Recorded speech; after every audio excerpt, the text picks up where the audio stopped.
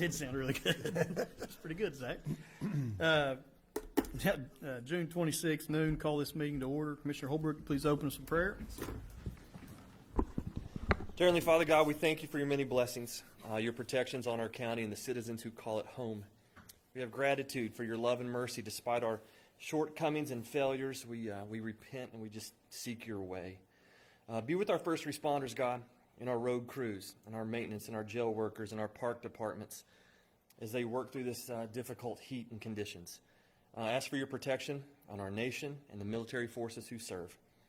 God, we just ask today especially that you're close to the brokenhearted, those who are hurting, and those without hope, because you, Lord, are the provider of peace and of healing, and we ask for a significant portion of each. In Jesus' name, amen. Amen. I stand and salute. I pledge allegiance to the flag of the United States of America and to the republic for which it stands, one nation, under God, indivisible, with liberty and justice for all.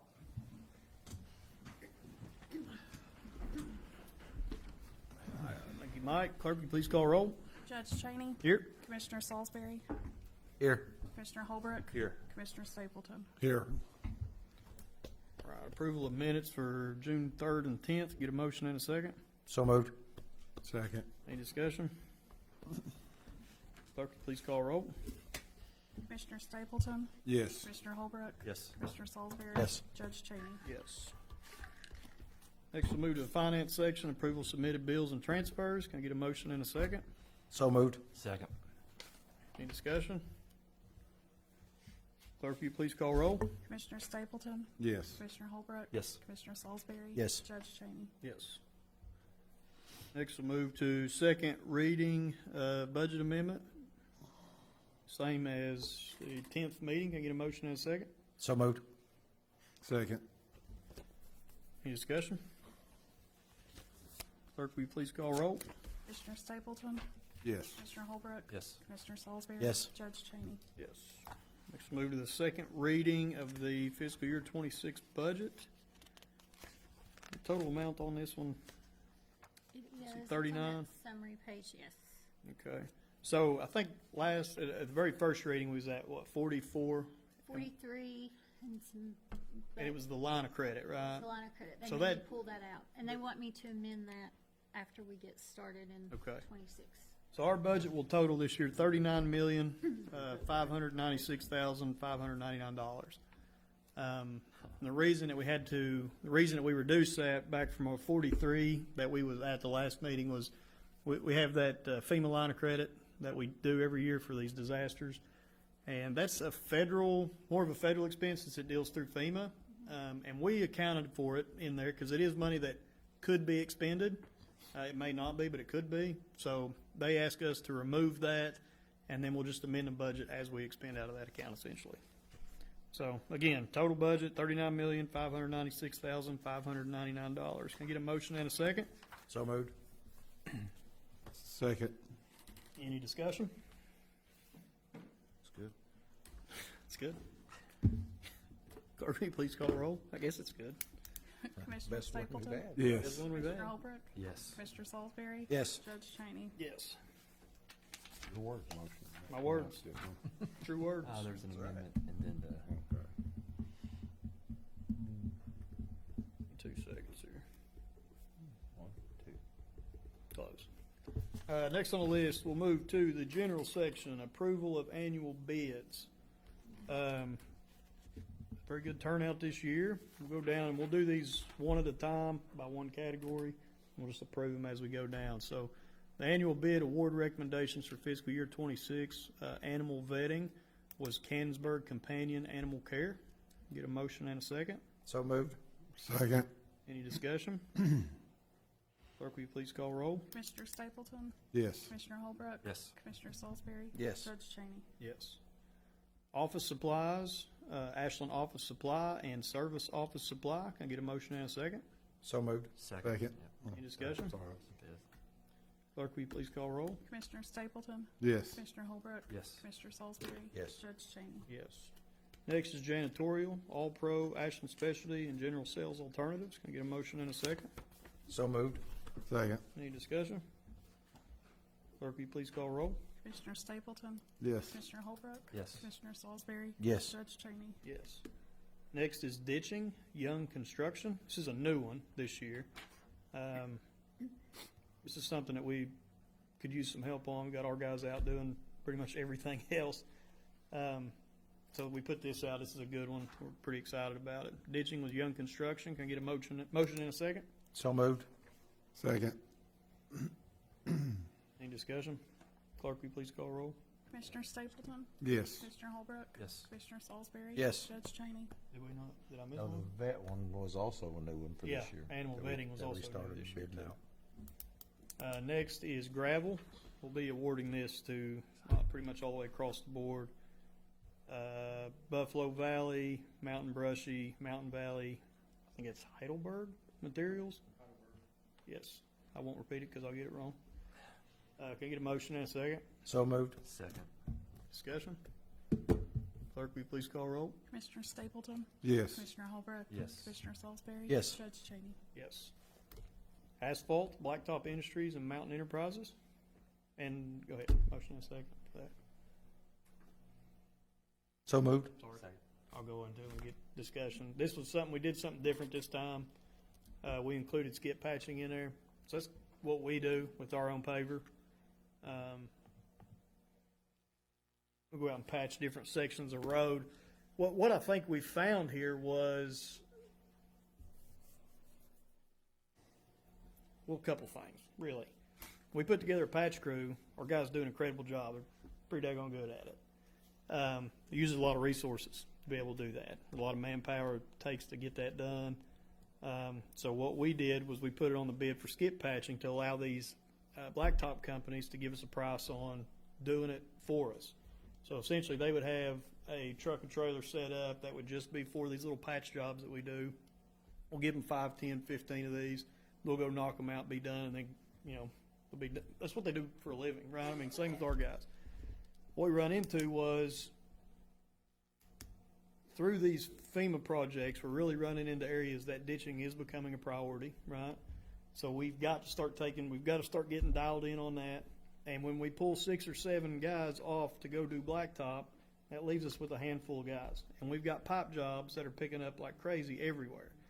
For anybody that's ever had pipe put in by our guys, you'll know it's top of the line job. The guys out there really take great pride in what they do. They've got one of the most unforgiving jobs, I think, in the county. We spend all summer long spending millions of dollars fixing something that we're going to absolutely destroy every winter, with salt and plows and everything else. So it is kind of disheartening. But anyway, back to this. We put skip patching on there. We're pretty excited about it. I think Blacktop Industries was the only one that bid on it, and it was the same price as laying a whole road. It was the same price per foot, or by ton. We're pretty excited about that. Get a motion in a second. I think we did that. Yep. Clerk, will you please call roll? Commissioner Stapleton, Yes. Commissioner Holbrook. Yes. Commissioner Salisbury. Yes. Judge Cheney. Yes. Next, move to fuel. It'll be bulk plant. Can you get a motion in a second? So moved. Any discussion? Clerk, will you please call roll? Commissioner Stapleton, Yes. Commissioner Holbrook. Yes. Commissioner Salisbury. Yes. Judge Cheney. Yes. Next is oil and antifreeze, safety cleaning, bulk plant, Key Oil, and National Specialty. Get a motion in a second. So moved. Second. Any discussion? Clerk, will you please call roll? Commissioner Stapleton, Yes. Commissioner Holbrook. Yes. Commissioner Salisbury. Yes. Judge Cheney. Yes. Next is pipe. It was Kentucky Supply. They were drastically cheaper than the other two. Get a motion in a second. So moved. Second. Any discussion? Clerk, will you please call roll? Commissioner Stapleton. Yes. Commissioner Holbrook. Yes. Commissioner Salisbury. Yes. Judge Cheney. Yes.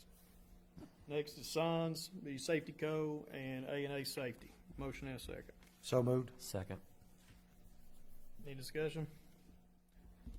Clerk, will you please call roll? Commissioner Stapleton, Yes. Commissioner Holbrook. Yes. Commissioner Salisbury. Yes. Judge Cheney. Yes. All right. Next under general section is Second Amendment to the East Park Interlocal Agreement. Hunter, do you want to discuss this for us, please?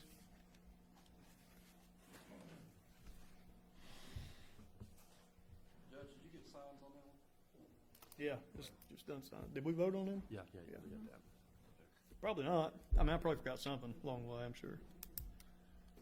Yeah, so this is the second amendment to the new East Park interlocal agreement that was passed late in 2023.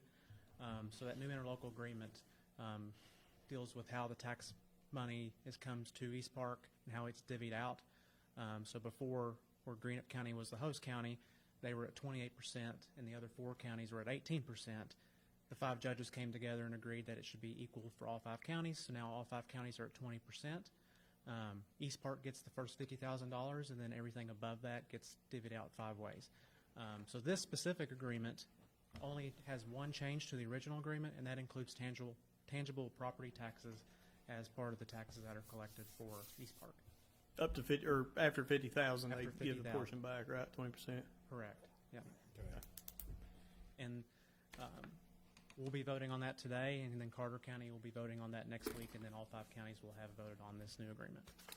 So, back to East Park as a whole. I mean, we have worked pretty hard over the past couple of years to get this kind of more dialed in, right? There's a lot of activity out there now. You know, a building that's set for 23 years, empty and vacant, now has an owner, and is looked at being leased out for a pretty good amount of jobs to come here.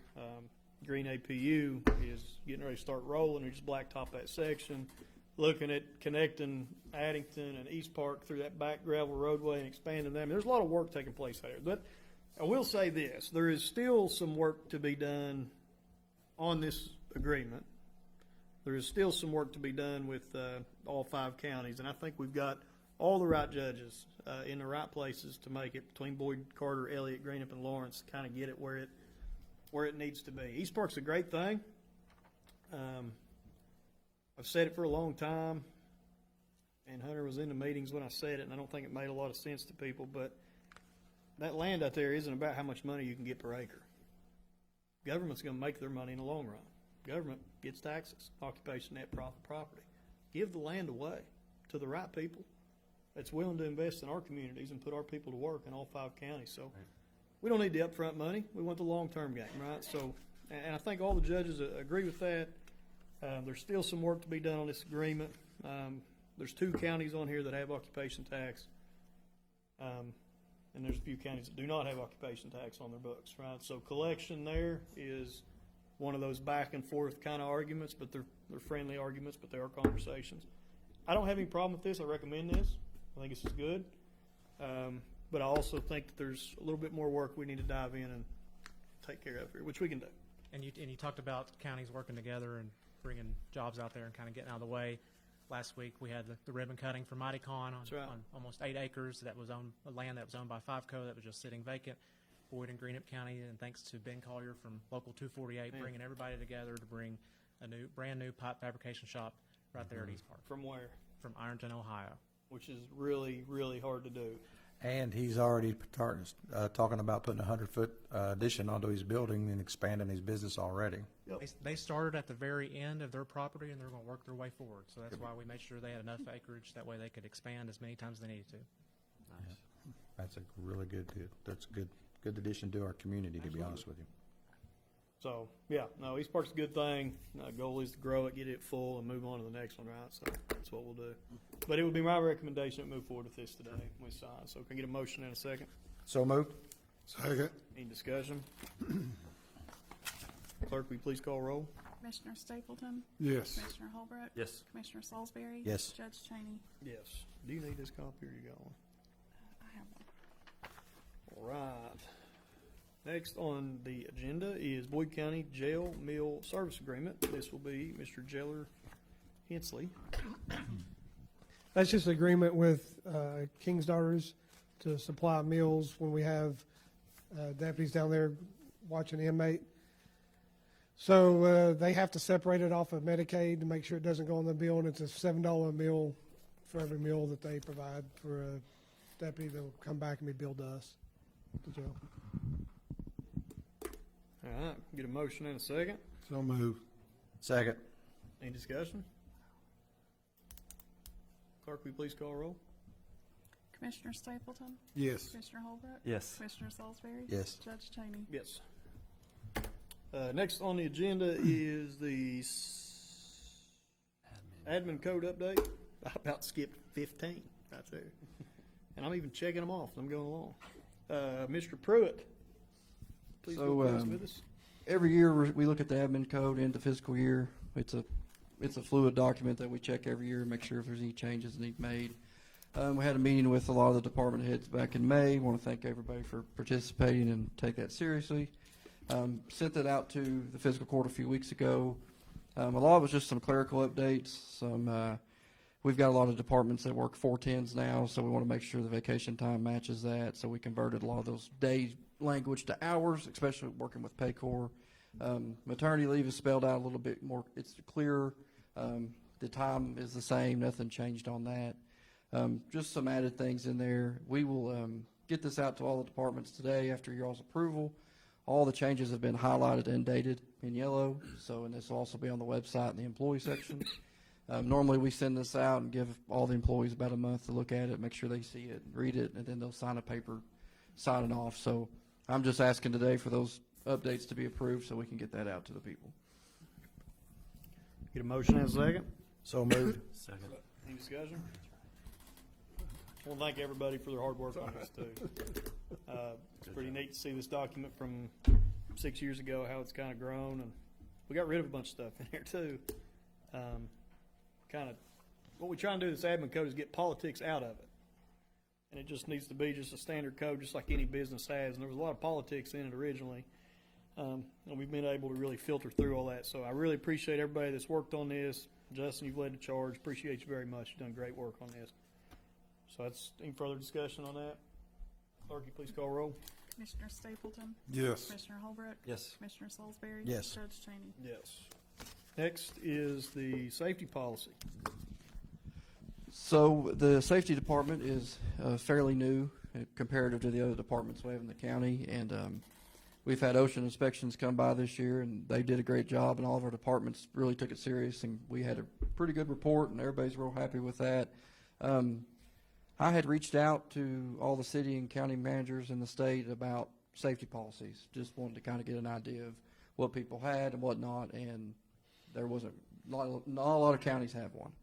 So we took it upon ourselves, and Nathan and Tim worked hard to get this complete. We had a meeting with the department heads yesterday.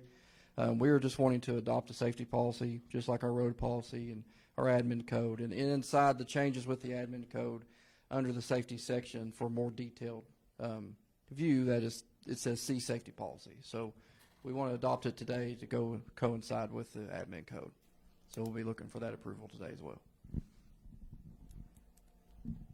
Tim, Nate, anything y'all want to talk about on this? I know y'all put a lot of work and time into it. Hand him that microphone right there. We've come a long way in 6 years. We've, especially going through all the OSHA things and all that, and you know as well as I do with OSHA, everything changes. We just got word yesterday that there's going to be several more changes in the OSHA part of it. And also by putting this in place, that gives us, you know, everybody an understanding. I mean, when, you know, everybody knows about this, everybody knows OSHA, everybody knows about these things, but they really don't know. And this gives everybody something to read, something to understand, and what you all expect, what we expect, and also it protects them too. And so the policy, I think, is a very good thing. And like Justin said, there's very few counties that have anything. And then we was talking to our guy from Keiko the other day, and he was ecstatic that we had it. He matter of fact, he grabbed and he said, "I'm keeping this." So this is a good thing. It really is.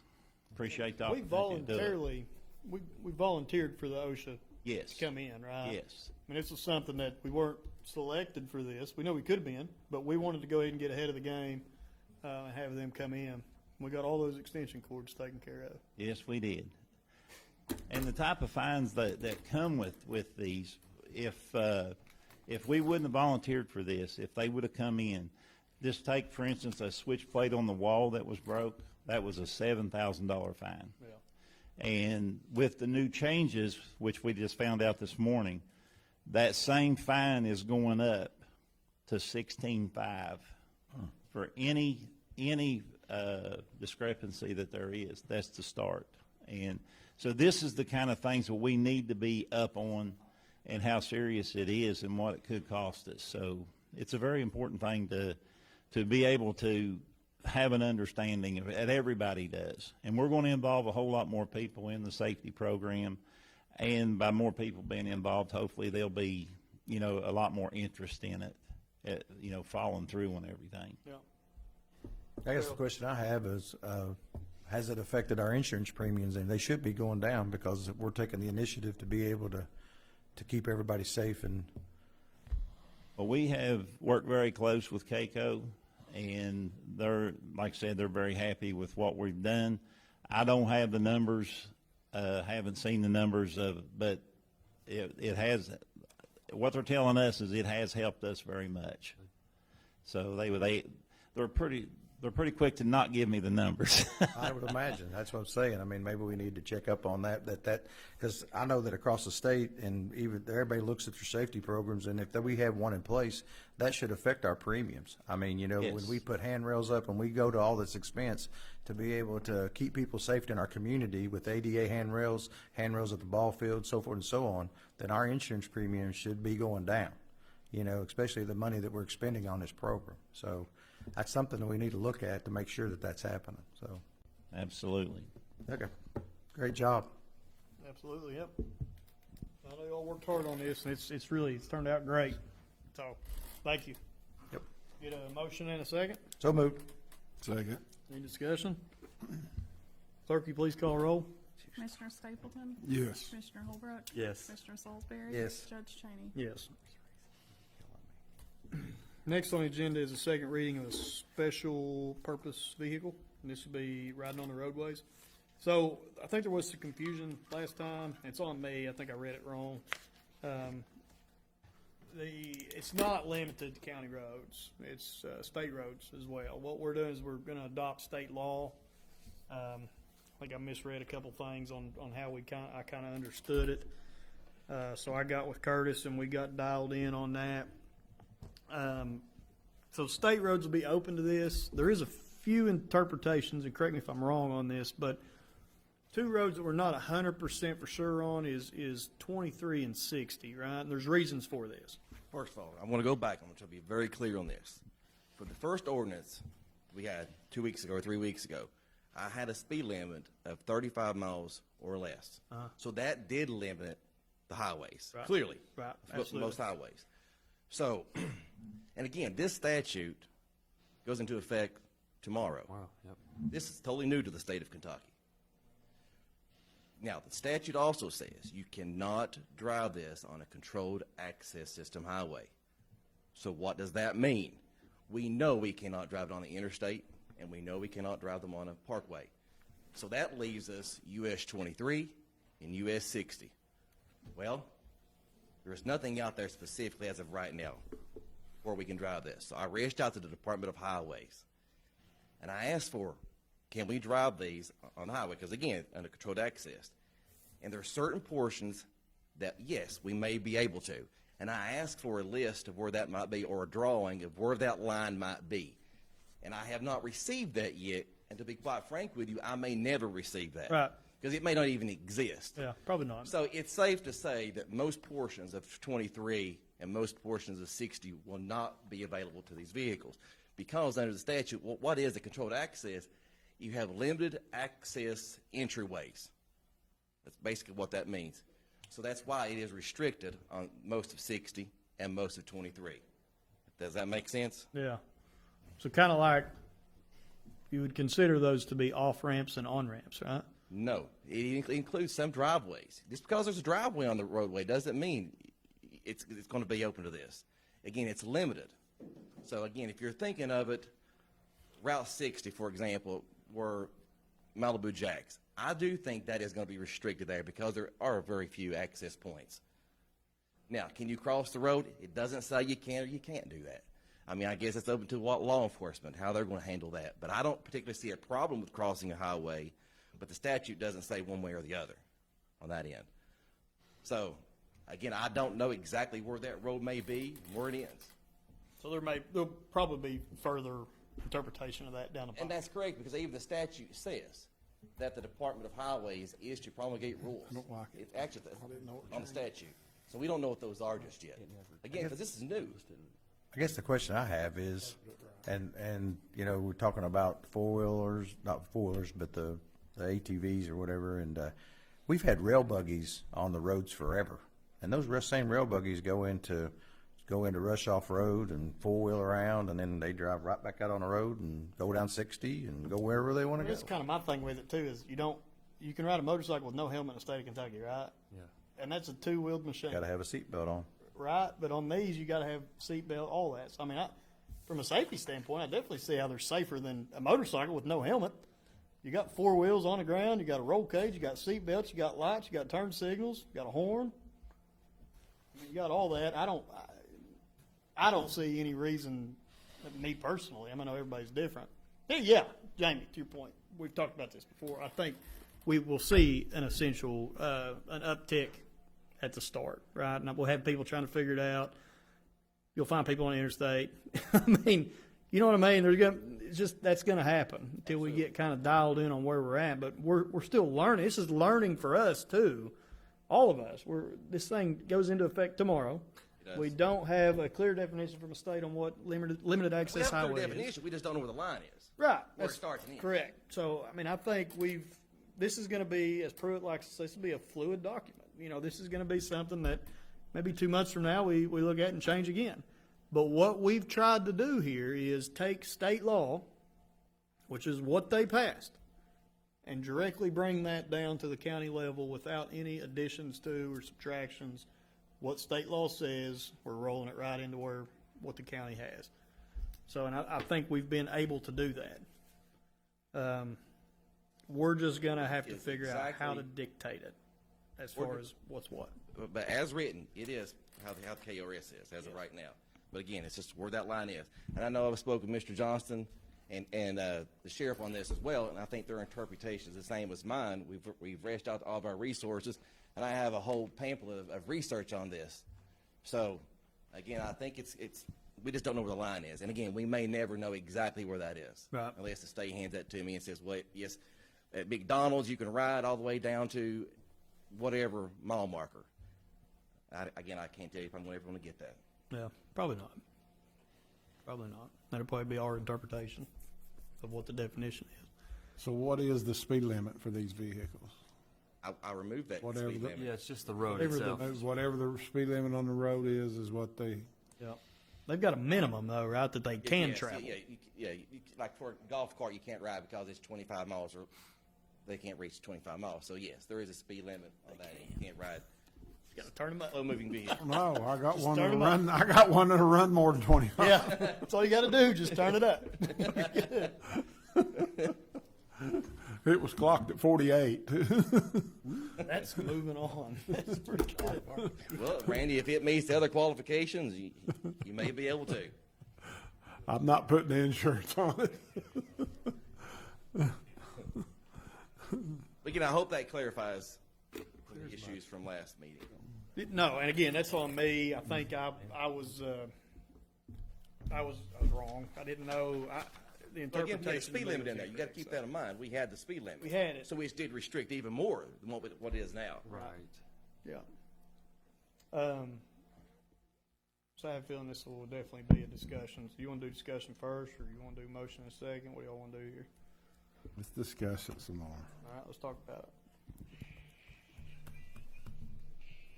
I can see an economic impact, you know, with the road, with the vehicles being able to be on the road and go to Malibu Jacks and to, you know, go down to Clark's or wherever to get their gas and do whatever, because a lot of people bring their gas into the parks now. They do all kinds of stuff. So I think the economic impact's going to be decent. I mean, is it worth, you know, having it all over the road? I don't know. That's the whole. But I mean, there's thing. still the barrier that they can't go over 20 miles. Exactly. So it's not like a lot of people are driving from Grayson to come here to get gas. Yeah, it ain't like you're passing through going on vacation. Right. So yeah, know what I that's, Yeah. they're going to have it on a trailer here already. or wherever. Now, neighborhoods is a different thing. Like if you just, you know, like my neighborhood, they love it at Halloween. Same It's- way. it's up incredible. where I live, yeah. But I mean, again, for me, it's state law, right? So all we're doing is adopting state law, Absolutely. sure, which was approved right. by the state. So we're just adopting that and putting it in. And then I go back to the motorcycle conversation. Right. If we can talk about riding a motorcycle with no helmet in the state of Kentucky and talk about that decision, which is teach their own, then why would we not talk about four-wheel seat belts, roll cage, turn signals, Registered. brake lights, registered? They have to be and lights, insured. and They have to be have insured to ride. signals, Insured and seat licensed. belts. Yeah, they're registered, they're everything. End of the What day, about tires? Is there any discussion on tires? 'Cause Have to have You them. take an off, I know it has to have them, but you take an off-road tire and put it on blacktop and try to ride these machines. They dart like a arrow that's bent. You know, I mean, they're all over the road if they don't have street the tires. death wobble in a Jeep's the same thing. It does have a tire Well, depth tread. It does have that. It does have that in there, Randy. It's the tread. It says the depth. It has to have a certain depth. Yeah, but is that a big round knobby air? I think it's balloon going tar, to be, it's or just got a minimum depth. It don't have a maximum. I mean, you put them big knobbies on there like comes on a four-wheeler, you can't steer these vehicles on the road. We've all had them, so no. End of the day, man, we just gotta ask people to be careful, please. Comes down to common sense. Jamie, input, you're the guy that's gonna have to deal with it probably the most. I worry more about the safety aspect of it. People putting their young kids That's right. maybe not using good judgment. Like I said, you're going to have to use a lot of common sense. And there's still a lot of stuff from a law enforcement standpoint that we're going to enforce. Sure. I think we have to be tough on it and make sure that they are Absolutely. following every guideline, every rule. That's right. Per KRS, and, like I said, we just had one the other night, a roll over in Westwood, over on McKnight Street, flew a guy out, he's probably gonna be paralyzed. So I do have some big concerns about the safety aspect, not only to those riders, but to the people who are traveling the roadway with them. Right.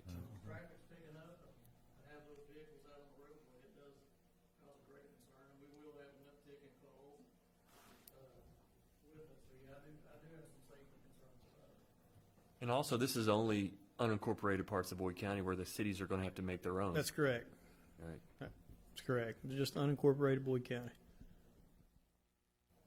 So it goes back for me personally, it goes back for me over what government can and shouldn't do, right? Or they could get involved in or not. And to me, it's a freedom thing. The state law has passed it. To me, it's an absolute no-brainer because these people should be able to, everybody should be able to make their own decisions on what they do. Now, when those decisions affect other people, like we've talked about with code enforcement, right? When those decisions start to lower somebody else's property value, then it becomes not only their problem, it's yours too. So this is a decision that's ultimately for everybody. I don't know that it's the government's place to dictate that. Because I know like out in southern Boyd County, I mean, this is every day. There's side-by-sides on there, and they're going from farm to farm, right? I mean, it's hay season. That's just what's going on. And I know that's covered already. I mean, I get that, but I think you definitely will see an uptick in it. I don't doubt that. And I wonder if it'll be an uptick and a level off, you know? I think majority of what you'll see, I don't think it'll be driving to restaurants. I think it'll be driving over the hill to get gas and go back home. Now, there's already people talking about they can't wait to drive to work, you know? But with 23 being talked about, they may not be able to. I don't know. For me, that's kind of where I'm at. I support it just in the sense that the state law, it's been passed. This will be an ongoing thing. And that it's really just freedom to choose. But to your point, there's a whole other side to that from a safety aspect of it. I agree with that completely as well. And as a reminder, it's not mandatory. You don't have to do it. You don't have to. Yeah, you don't have to register, have to either. right? You don't have to do it. Don't have You can just keep doing what you're doing. Trailer it wherever you want. And if I may reiterate. Good point. Good point. May reiterate that too, before this even happens, when, I know the law goes in effect tomorrow, we're somewhat prepared because of the state's limited to, they're not fully ready either. But we're doing the best we can with them. The first part's gonna be an inspection. You're gonna have to have an inspection before we can do anything. Unfortunately, the state of Kentucky has not informed the Sheriff's Association yet. I think that your meeting is slated for July 9th. Government. Government for you. So that's what we're saying. We're ready as best we can be. Jamie's ready the best he can be, but until the state gives us everything, and like Curtis hit on, they're still going to change this verbiage, and it says right in there the transportation department is going to change this. So we just have to follow the guidelines now. So what happens if, like, say we passed it, Carter County didn't pass it? Every county, all 120 counties will have to register them. They don't have to have an ordinance allowing them in their county, but if Carter County, somebody in Carter County wants to come over here and register it, they're more welcome to do But it. can they? They would get a ticket.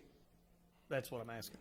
They get a ticket. Even if they were from Boyd? What if they were from Boyd? Okay, And they or go from there, Carter? Yeah, so not allowed to ride over there, so they can't ride from they Carter. get a ticket. I like it. It's pretty straightforward. I like it. I dig it. Eric, quit talking. I think talking to some legislature, I think the original thing is they're copying Tennessee and some of the places back and forth on the border. Some of the parks that are in Kentucky and some of them are in Tennessee, and they want those. That's actually, I think, where this came from. Senator Storm put this bill in place. Yeah. And that was the purpose of it, is strictly for tourism. Exactly. To build tourism. And like we said, most of it, we're going to have some local right here, but majority of it, think about where hotels are out in the county adjacent to Rush Off Road. So most of the travel is going to be held out there. They'll South of trailer to the 64. hotels, and they may ride from the hotel out to Rush. You may not be able to, May not be able to. because you'll be on 60. Right. You may still be trailering in the important parts here, depending on what the interpretation comes of limited Basically, access it's, highway. tourism, and I understand that monetary aspect of it, and I agree with that part of it. But like I said, there's also other safety concerns in that. But Well, there's other things we haven't talked about either, because if they come off the Rush Off Road and they ride down 4 Mile, there's a bunch of mud, carry stuff on and off the road, which that happens anyway, but you're still gonna have all that going on anyway, not to mention, of course, they have to have the mufflers and everything put in there on their, that's all part of it, part of the inspection, so that may, help in that aspect, so. I still go back to the rail buggy thing. I'm just sitting there going, oh, I don't understand the difference, honestly. I really don't see the difference either. Yeah, they're a licensed For a long vehicle, time. but they also go up on, If Rush Off Road all the time. If they got legal lights and, Yeah. and take a Jeep on Rush Off Road. Yeah. I mean, it's the same. Oh, I understand. It's classified deeply under the state. That's all it amounts to. but they are considered, rail buggies are considered a vehicle. Yeah.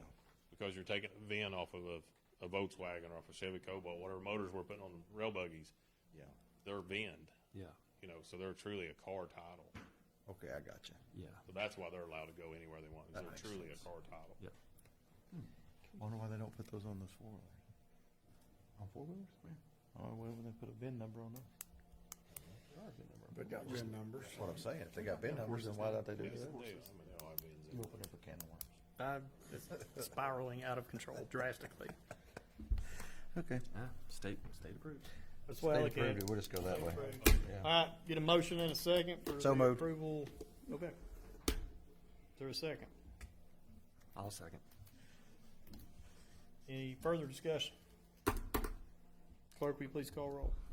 Commissioner Stapleton, Yes. Commissioner Holbrook, Yes. Commissioner Salisbury, Yes. Judge Cheney. Yes. Judge, if I may just finish on that, there, Yeah. just requirements, because people are going to be confused and know what they need to be prepared for when they come to our office. So you're going to have to have the inspection first. That's the first and foremost you have to get with the Sheriff's Department for that. When you bring that in, the inspection form with us, you have to bring your current title for the vehicle there, and proof of sales tax, that you paid sales tax on this vehicle, or this side-by-side, whatever it may be, utility vehicle. If you do not, Kentucky is going to charge a 6% usage tax. If you can't provide proof that there was sales tax paid, you will pay a usage tax when you register this. If you do not have proof that you paid it, they're going to go off the rough trade-in value of J.D. Power.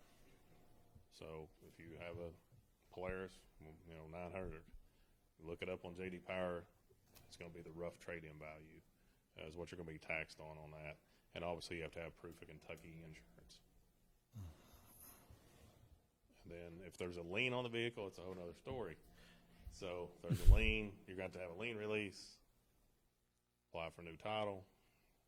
It's a process. You're not going to walk in and walk right back out with a. So do you have this to where we could Post it. we do that? Because I think now it's going to start. I mean, you may have 9 million people show up tomorrow, right? So maybe we need to get this on. Tourism. And you may not. You may have 5. I don't know. But we need to get that out like fiscal court. Here's what hey, this passed on the clerk page, all that stuff. This is We've what we done it need. with our clerk's page. We put out there about the usage, We ad need to valorem tax. Share that on the fiscal court page. The ad valorem, that's still up for negotiation. There was not exemption in Senate Bill 63 about the ad valorem tax. That won't go in effect till January 26 anyway. So there's still a lot in the air over this. But we'll do our best processing, we can to process them for you and get you done and back out. But don't get upset with the sheriff's office. He has nothing to do with this. The state dropped the ball on this on inspections. They don't even have the forms yet. So he can't even. And they're scheduling a meeting for July 9th for their training. So there's really you can't do nothing till the 9th anyway, right? Or till after the 9th? 10th? At best. I know it's already been discussed, but for the public, again, going back to what Kevin said, this is not mandatory. You don't have to have the insurance if you're going to keep riding in the hills. This is only if you intend to use it on the highway. Correct. That's all this is for. Yes. And if the state does give me a list of where you can technically on 23 and 60, I will bring it back to the fiscal court. We can put it on the screen if we do get one. That'd clear some things up, especially on 60. All right. Anything else on that? Next is approval of sports complex negotiations. Did I skip something? Let me go to that folder.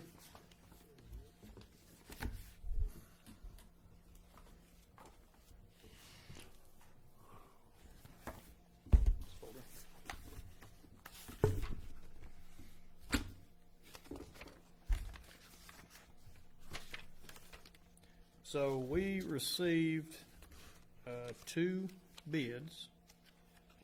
I don't know that I have the other one. The low bid for the sports complex, which is the air dome structure, and the revamp of the portion of Camp Landing Mall that we'll be purchasing, come to $18,772,000. That was a low bid.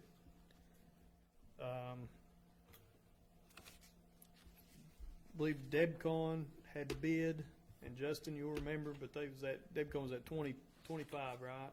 They come in at 25. We had 2 bidders on this. So what I'll be requesting is, and keep in mind, these are not really final numbers. These are first glance numbers, looking at it, totals. Here's where we're going to end up.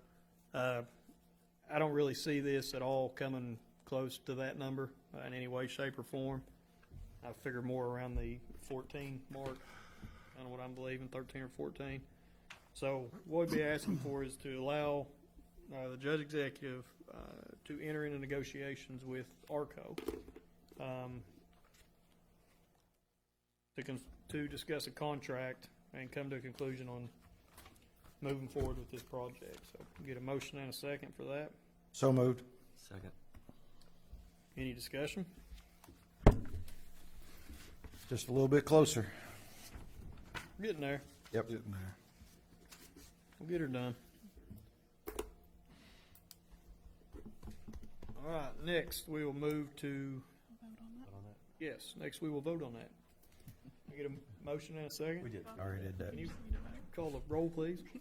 Commissioner Stapleton. Yes. Commissioner Holbrook. Yes. Commissioner Salisbury. Yes. Judge Cheney. Yes, yes. Next we'll move transparency. 3% regulatory fee on alcohol. And this is what the rate has been since we initiated this, was 3% for 2025 only. So the next fiscal year will start July 1, and in July we'll have to reset this number. There is talk on taking that to 4% to match the city of Ashland, and to kind of keep it congruent across the board. I think we're one of the only counties in the state of Kentucky, if not the only county, that has 24-hour alcohol sales in the unincorporated areas. Now, keep in mind, we done that because we wanted the businesses to have the right to choose, right? They don't sell 24 hours a day. There isn't none of the ABC stores. They just have that option. We don't restrict it. makes it clean. If they can make money at 2 o'clock in the morning doing it, they'll be open. They're not open. So with that being said, we think we're possibly pursuing to match the city of Ashland at 4%, which we'll have that in next court meeting. We'll have a final answer on that. Yep. Can you come up here? Can you come up and speak at the microphone, please? We couldn't hear you. I can't hear you. Welcome to the world of YouTube. Talk with my hands like Curtis did. Some of the licensees, I spoke to Jamie about this. We need some enforcement in the evenings, alcohol-related enforcement. So that is another reason why we believe that moving up a percent will help us out, because we do need some evening enforcement for alcohol-related. Yeah, and keep in mind this. I just wanted to add that. The percent that we collect off of alcohol is not. It doesn't go in a general fund. No. I mean, it is designed solely for the enforcement of ABC. I mean, it's designed for you and designed 99% for the sheriff's office for operation. And if I get calls in the evening, I mean, I'm reaching out to him anyways. Right. So I fully understand. So for 2025, that rate be at 3%. We didn't do that this year. That's why we're doing that in June, and then we'll turn around in July and set the 2026 rate. So get a motion and a second. So moved. Second. Any discussion? Clerk, will you please call roll? Commissioner Stapleton? Yes. Commissioner Holbrook? Yes. Commissioner Salisbury? Yes. Judge Cheney? Yes. Next is community development update. Casey.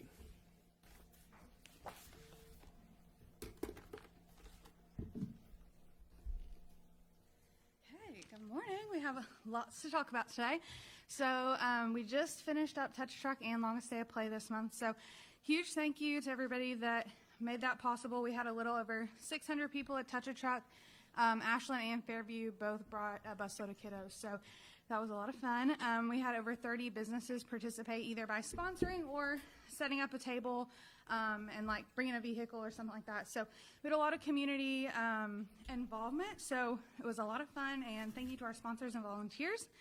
We had our final count at Longest Day of Play was 1,110, and then all of our volunteers that were running around. So I'm sure we had more than that, and probably a few slipped through. So a little over 1,100 people. So it was a blast. Thank you to Boyd County Family Resource for sponsoring with us for that. It takes a lot of hands to make things happen. So thank you to them. We had over 26 businesses that sponsored and hosted games, one or the other. Some did both at the event. So a lot of community involvement with that as well. We gave away 4 bicycles, and a huge thank you to all of our volunteers. It takes a lot of people behind the scenes to make things happen. And a huge shout out to Sean and Brandon for saving the day. He's not even listening. For saving the day for our phone party. So Sean and Brandon rock on, because they had a flat tire and they saved the day. So huge thank you to everyone, though, that, volunteered, serving hot dogs, shuttling people from the parking lots, watching the kids jump on the bounce houses, everything. It was a blast. So upcoming events. We have snow cones and sun catchers next month. That will be held on Friday, July 18th. We tried a Saturday last year, and we didn't have as many people, so we're kicking it back to a Friday. There's just a lot going on Saturday. So we're going to go back to the park at Shelter 5. It'll be from 11 to 1, and it's a lot more of a low-key event. We just kind of hang out at the park. The kids play on the playground. We have free Kona Ice, and we paint sun catchers. So that is a lot of fun and free. So come hang out with us if you are available. The next thing coming up is Repair a Fair. So last year we did this for the first time in the county, and we are doing it again. So our scheduled date for that is September 27th.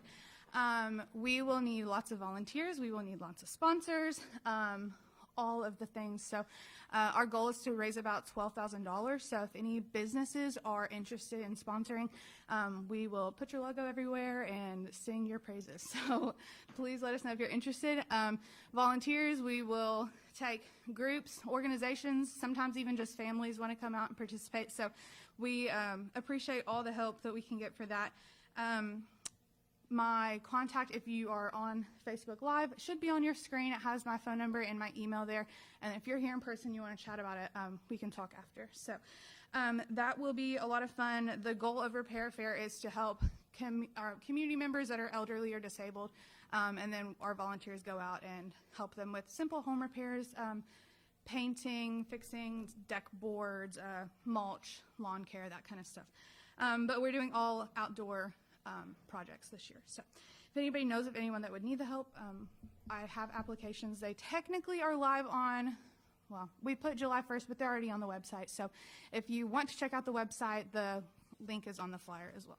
So feel free to go ahead and submit those if you want. Next thing, save the date. We don't have a flyer or anything ready for it, but our hayride will be October 19th. That's always on the third Sunday in October. So if you want to pencil that in, that would be awesome. So follow our Facebook page, and we post all of our updates and event stuff there as well. So thank you. As always, thank you. You do an incredible job. It's amazing to see over 1,000 people as long as they play. It's incredible. It's awesome.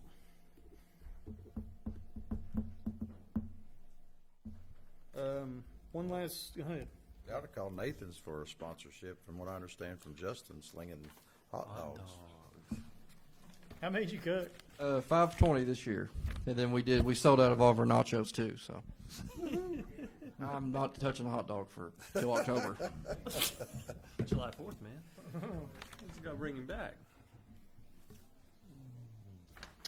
So one other thing I want to add in here to transparency is the 2024 Economic Impact of Tourism in Kentucky study came out. Over the past 7 years, we went from, I don't know what place we were in, 23rd, 24th in the ARC region, which is 53 counties, and now we're number 1 in those 53 counties.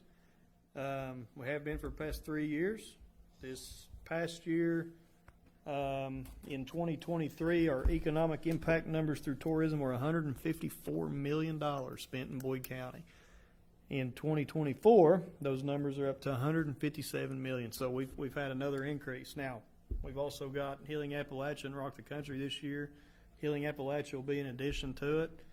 So we fully expect to see these numbers come up. We have Boyd County employment in tourism is 1,120 jobs. Labor income's $32 million. State and local taxes, $12.2 million generated, and total economic impact $157 million. So something to be pretty proud of. Be number 1 in a 53 county region, and not only that, but we're 15th in the entire state of Kentucky. So that's pretty good for the 6th smallest county in the state. So we've got a lot going on here. So good job to everybody. Hats off. Let's keep right on going. That's all I got on that. It's like one of those things, and then there's just nothing. You know, the build up, that's it. So, all right, next we'll move to community comment. Normally, I don't have a chance to thank you all publicly, but thank you all for the flags this year.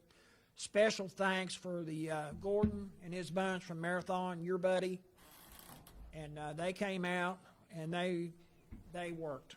I mean, they done a job. And that Saturday it rained. We were out in the pouring rain picking flags up.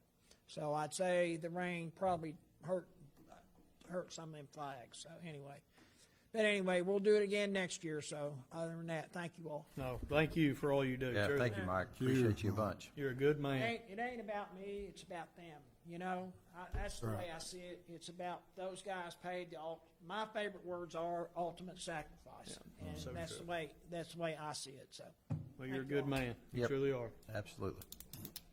All right, community comment? She got 2 books. 2 books?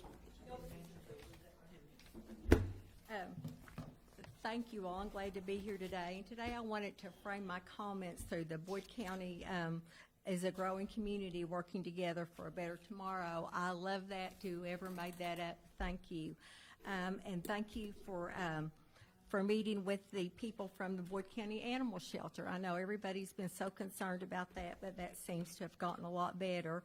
Thank you for the recent dump day. And I really appreciate the road that Dalton Tires is on being paved. That road really needed it. That's a small business, and it's a small business that I use a lot. So anyway, I appreciate that. I want to thank you for your work on East Park, Eric. You know how I've wanted that for a long time. And I'm glad to see Repair Fair and the economic development. Wow, people, that's great. And some things I wanted to talk about today. I gave you guys this. Now, this just might look like a picture of a house on a hill to you all, but for me, it's something much bigger and it's much better. Because if you turn on over, you will see it was really a property that one of the biggest drug dealers in Boyd County had. In fact, it was awful. And when Tammy and I gave our report, the Westwood Vacant Property Review Commission, this was in 2020. This was our #1 property that we wanted to see fixed up. And it has been, and it's been rehabilitated, and now that is going to be a home for a family, and that's what we want to see.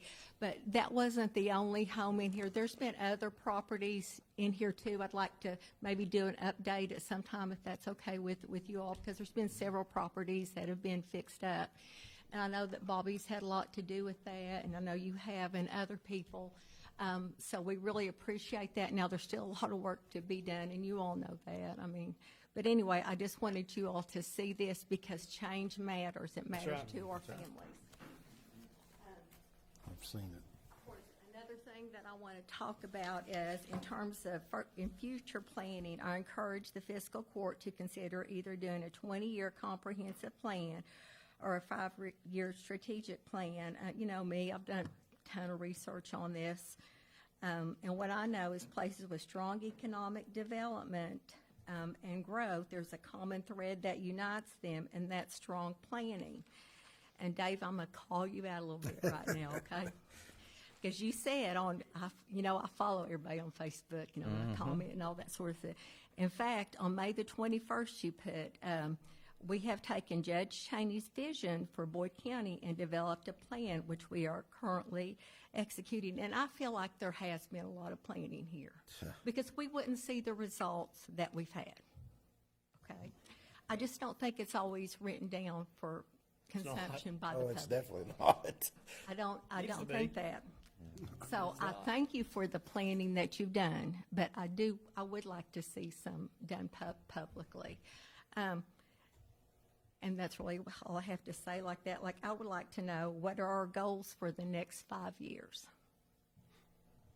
What are our goals for the next 20? I think that we could start there, and I love our thing to begin with. That's printed on our T-shirt. I noticed he had on one too.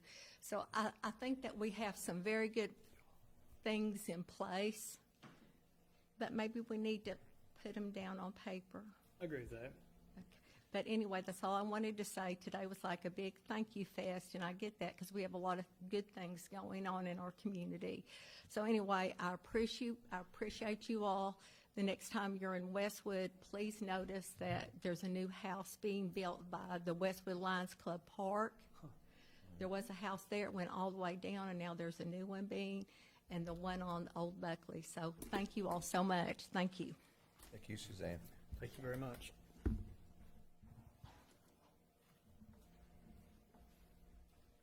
Anybody else, community comment?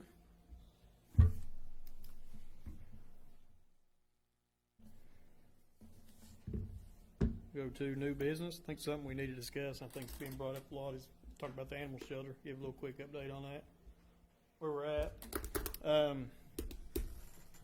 This whole thing's been, honestly, it's been pretty interesting to me.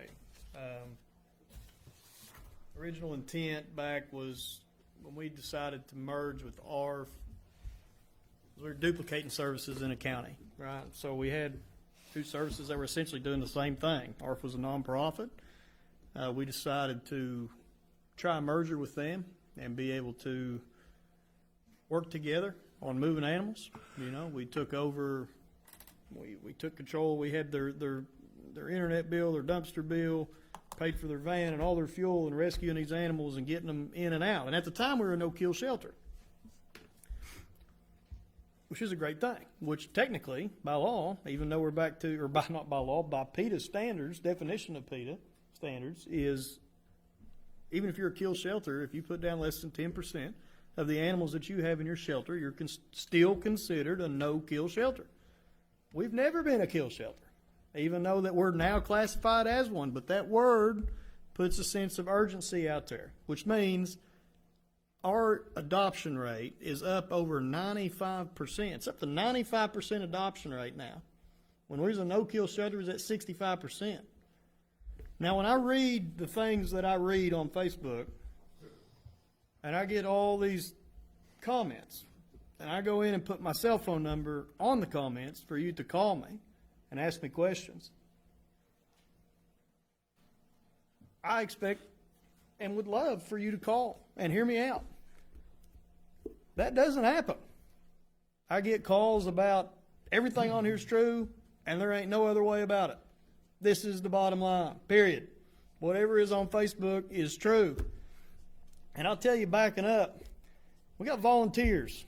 We have great volunteers at our shelter. Let me tell you who doesn't have volunteers.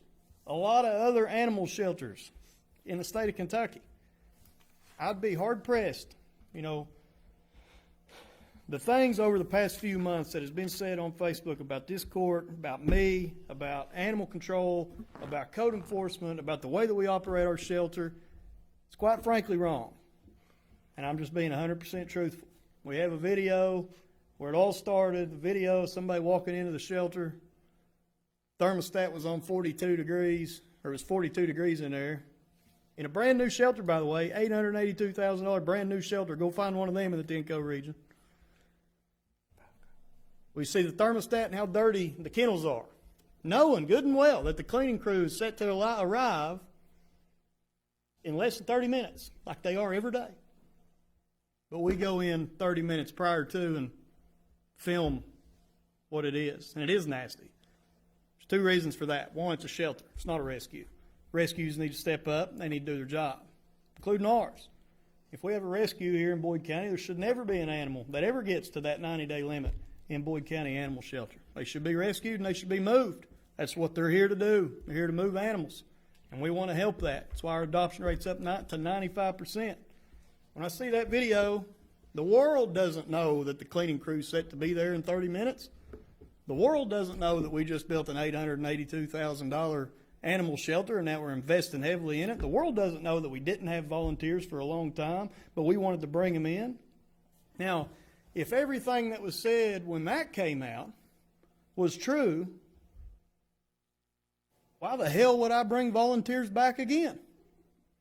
Yet, after the video come out, we bring volunteers back again because we believe in it. It's the right thing to do to get the community involved. And we brought them back in and love them to death. They're great. They do an incredible job. And everything was going good. I was just on the phone with another judge executive that was running into an issue a day before this last Facebook post come out. And I said, we have solved the problem. I've got you. I know how to fix it. We can do it. And the next day, I'm pulling a camper up to Paintsville up there, and I start getting messages on my phone. And I look down, and I start going through these things. A lot of this is true, that on the first page, yes, we have hardworking volunteers that need to continue helping us in our mission in making this the best animal shelter in the state of Kentucky. What's not true is cutting funding to the animal shelter. Well, we've increased funding 20%. What has decreased is we're not paying to operate ARF anymore. We're not supplementing overdraft fees for ARF anymore. We're not paying for ARF's vans anymore. So yes, you will see some cuts in our expenses, but they're not for our animals, because you know what hasn't happened the past 3 weeks in Boyd County? Even though all this stuff was going on Facebook, not one animal was having a bad day. They was fed, they had water, they was being played with. The jail crew comes in every morning, and them men and women, they love it. And the animals love that time that they get with them. I really, truly can step back and I can look at the past few weeks and how much that just, it hurt my feelings. For the first time in 7 years, I got my feelings hurt. And I'm telling y'all, you can hurt my feelings anytime. I got pretty big shoulders. I can deal with it. But there was nothing that I could say that was right. There was nothing that I could say that would make a difference for you. But I've encouraged everybody time and time again, come get the budget. Here's my cell phone number. Somebody name me 5 other politicians that puts that out on Facebook. Call me and let's talk about it. Let's have a meeting. Let's not make the assumption that we're out there dragging animals out back and shooting them in the head. That's ignorant statement. And the second part of that is, why would I have volunteers there if we were dragging animals out back, shooting them in the head?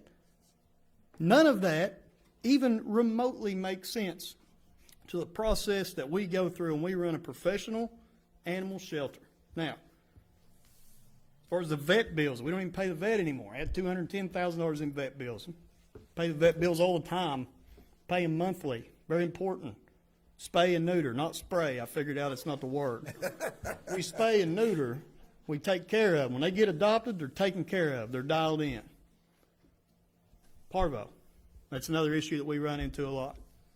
And Debbie's made sure we take care of the animals that have the parvo problems. What's happened over the past 2 weeks here, and just the comments people's getting, I can take it. I can handle it.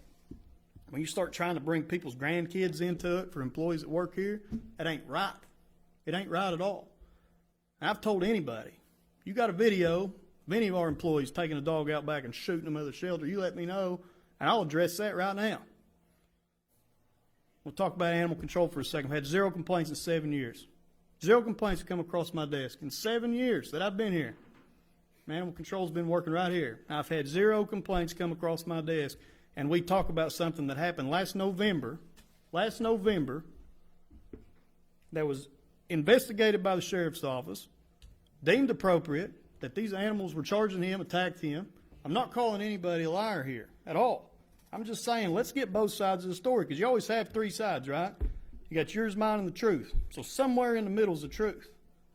All I'm asking for here is, let's have the conversations and the communication. We don't need to just run to Facebook and post everything, because that's the gospel. Let's have the conversations. I've been kicked in the teeth twice now, and it ain't true. And I can show you it ain't true, because there ain't another county in a 5-co or 10-co region that spent $880,000 on a new shelter, okay? There isn't another fiscal court that has a $440,000 budget for their animal control and their animal shelter. There isn't another shelter house in the 10-co region that I'm There isn't another animal shelter in the 10-co region that I'm aware of that has volunteers that come in to run it. I've always been about transparency. That has never stopped. And anytime I have ever been asked a question, whether it's publicly or through Facebook, I may be 5 or 6 days getting back to you. I'm terrible at that. I'm well aware, but I get a billion phone calls and messages. But I'm never going to lie to you about anything. I invite you all to come ask these questions and come to these meetings. There's a lot going on here that's happened in the past couple of weeks that's been very, very unfair. And I was unaware of a lot of this stuff that we were even talking about. You know, we talk about that we were promised when the new building, or when the new fiscal year, that we'll get a new building out back. Well, it ain't even the next fiscal year yet. That's July 1. So that means we got a year from July 1 to build that, right? We got time. Now, we knew we should have built a storage building. We talked about that a long time ago, and we should have built it. Now, we know what we need to do, and we can do it.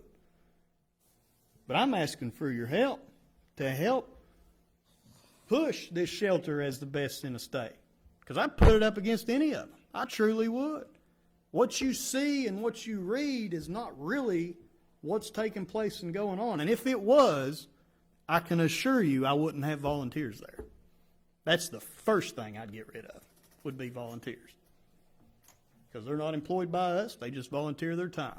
So if we're doing the things that's said of us, they'd be the first to go. That's my opinion. Now, I'm sorry to get so upset about it. I'm very passionate about what we do. I try and always be honest. I try and always be transparent, and that's what I'm trying to be here today, to clear the air on a lot of this. We always need help in all our departments. This department has taken some unfair scrutiny, and the people that work in this department have taken some very, very unfair scrutiny. It's not deserved. And I can tell you the individuals that's in shelter house, or in the, say it again, the animal shelter falls under code enforcement. And Bobby Stewart does one amazing job at everything that he does. And Toby, in 7 years, I ain't got a single complaint that's been written on my desk. They may be out there, but I don't know about them. So there's things that we've got to address and we got to look at and we got to get dialed in, and we'll do that. But we're asking for a fair shakedown here. We're asking for a fair opportunity to be able to have conversations and not just believe everything you read on Facebook. Let's sit down and talk about it. I've always been that way, and that ain't stopping now. So, sorry. That's where I'll stop. Do you all have anything to add to that? Done a pretty good job. I got a headache. Explaining it all. Well, but you know, when people go make accusations that aren't true, and then people receive death threats because of that, that's some serious problems. I wish there was never a Facebook. I truly do. It's just, it creates issues. We've had members have death threats on their life, on their grandkids' lives, over a dog that was supposedly shot behind the dog pound that never happened. So this needs to stop. Those kind of accusations. You need, before you go on Facebook and post something, people need to sit down and write it down and study it before they post it, and then they probably won't post it.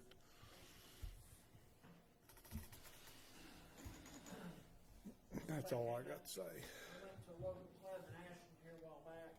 They asked me, because somebody accused me of not being a veteran. I said, let me tell you something. First of all, I'm a life member of AMVETS Post 95 in Greenville, Kentucky. Number two, I'm a 40-year member of the American Legion. Now, if that ain't being a veteran, I don't know what is. Right. And I told this person, I do more in one day putting flags out than you'll do the rest of your lifetime. Very true.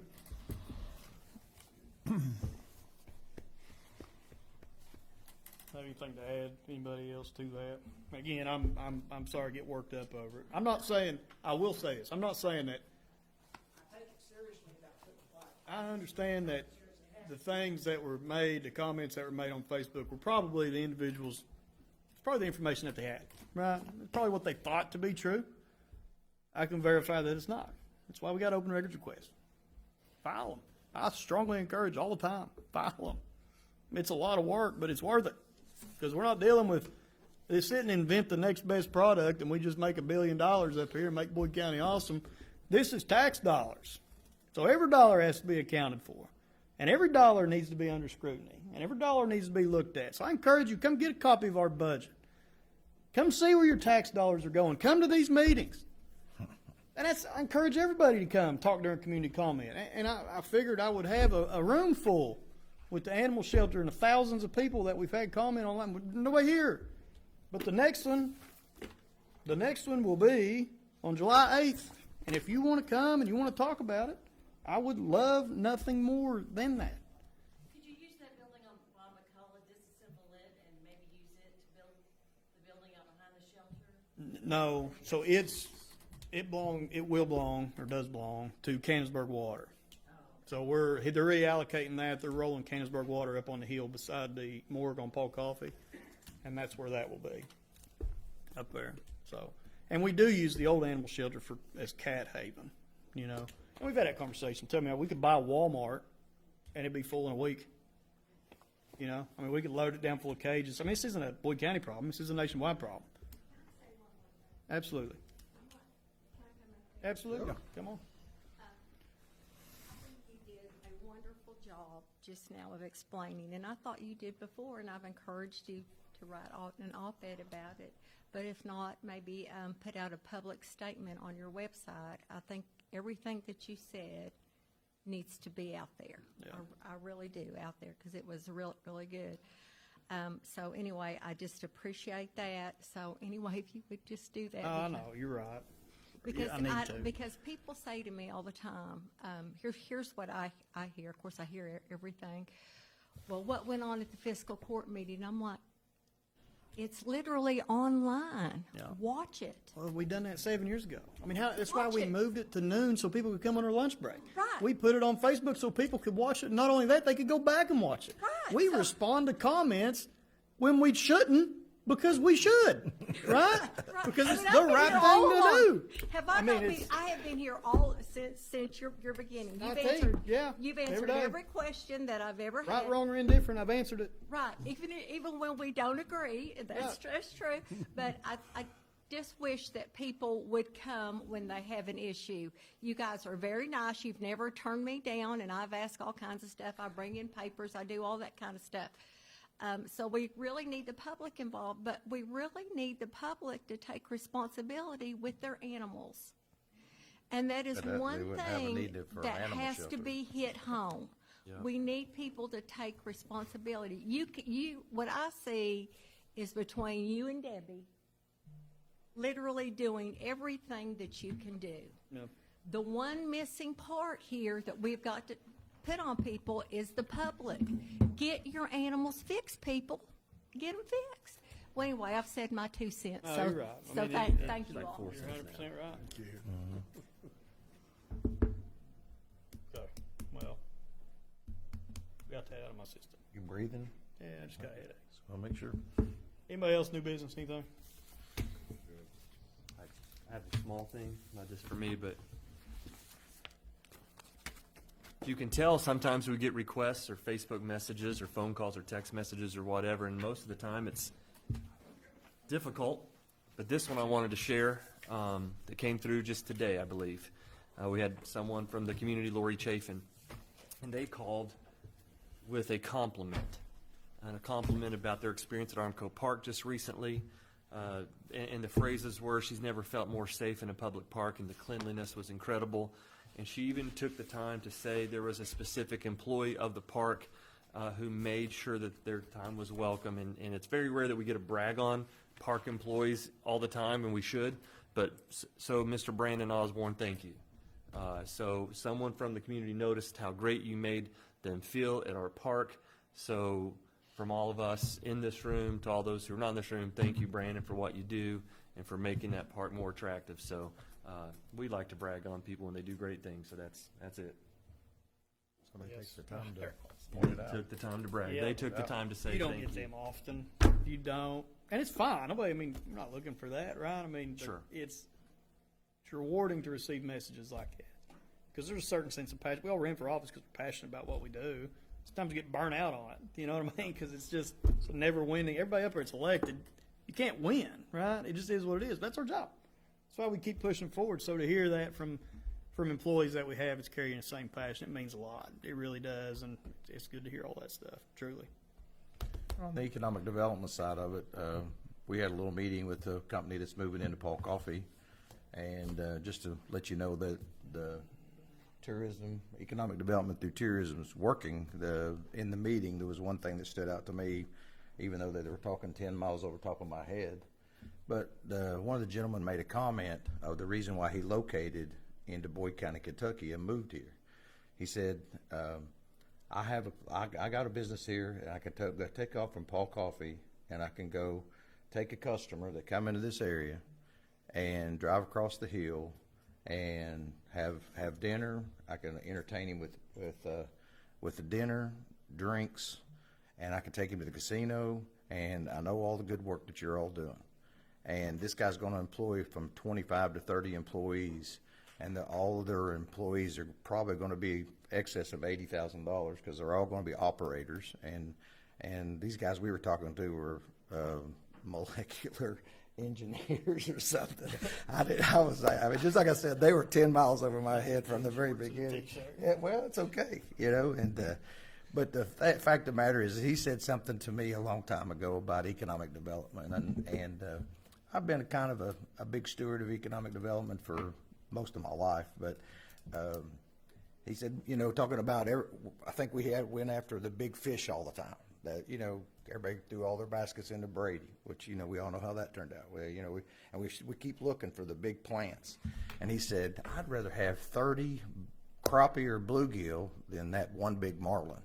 And to me, that's one of those bluegills. That's one of those crappie. That's, and they're investing in our community, and they're going to expand. And that's what they were talking about. And they were talking about they could not wait to be part of our community. So I thought that was a great thing.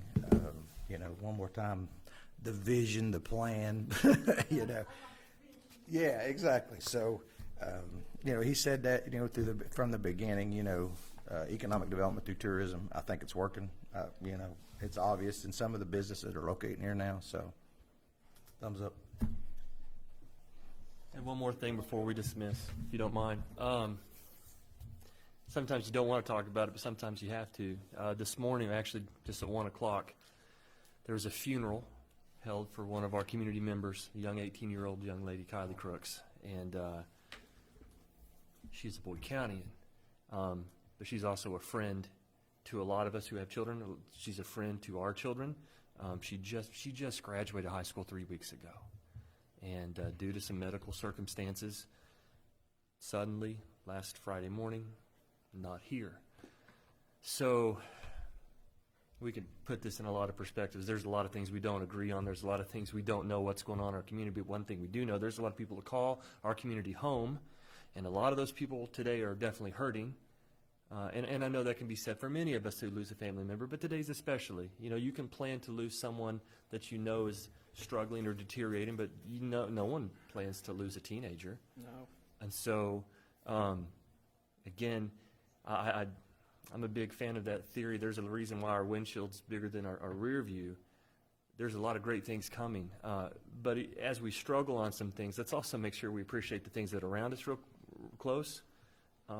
It's cool to disagree and to argue, and we can get through that because we can communicate that. But make sure we're hugging the people too. You can disagree with someone, but make sure you leave with that respect, because you don't know when that next conversation is or if there is that next conversation. So we have people struggling in the community today. There is an empty bed in a family house today that there wasn't a week ago. And so treat people with kindness as much as we can, because people matter. And so to the Crooks family, we love you, and we are praying for you. And there's only a provider that can provide the peace that surpasses understanding from this scenario, but we miss your daughter.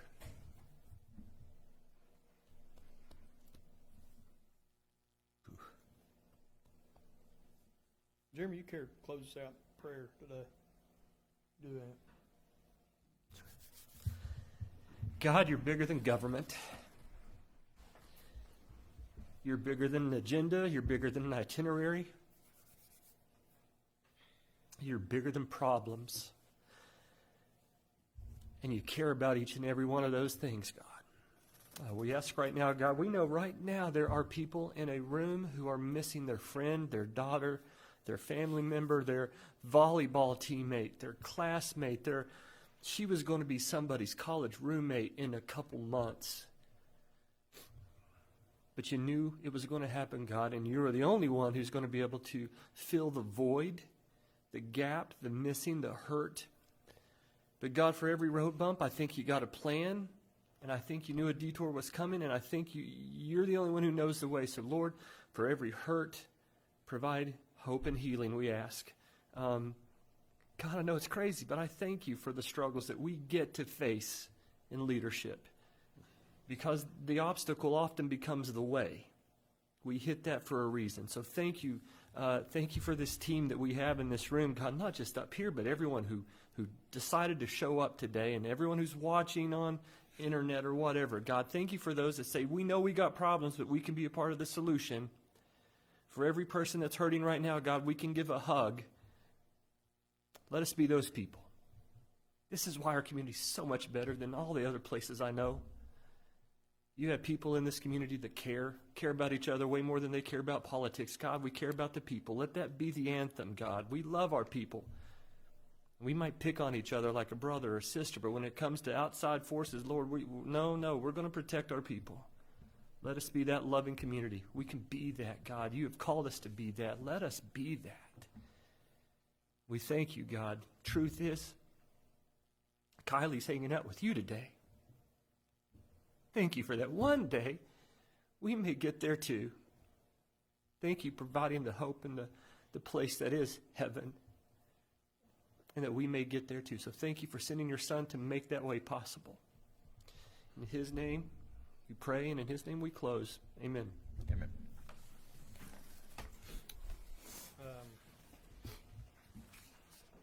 Next meeting will be on July 8th. Motion and second to adjourn. So moved. All in favor?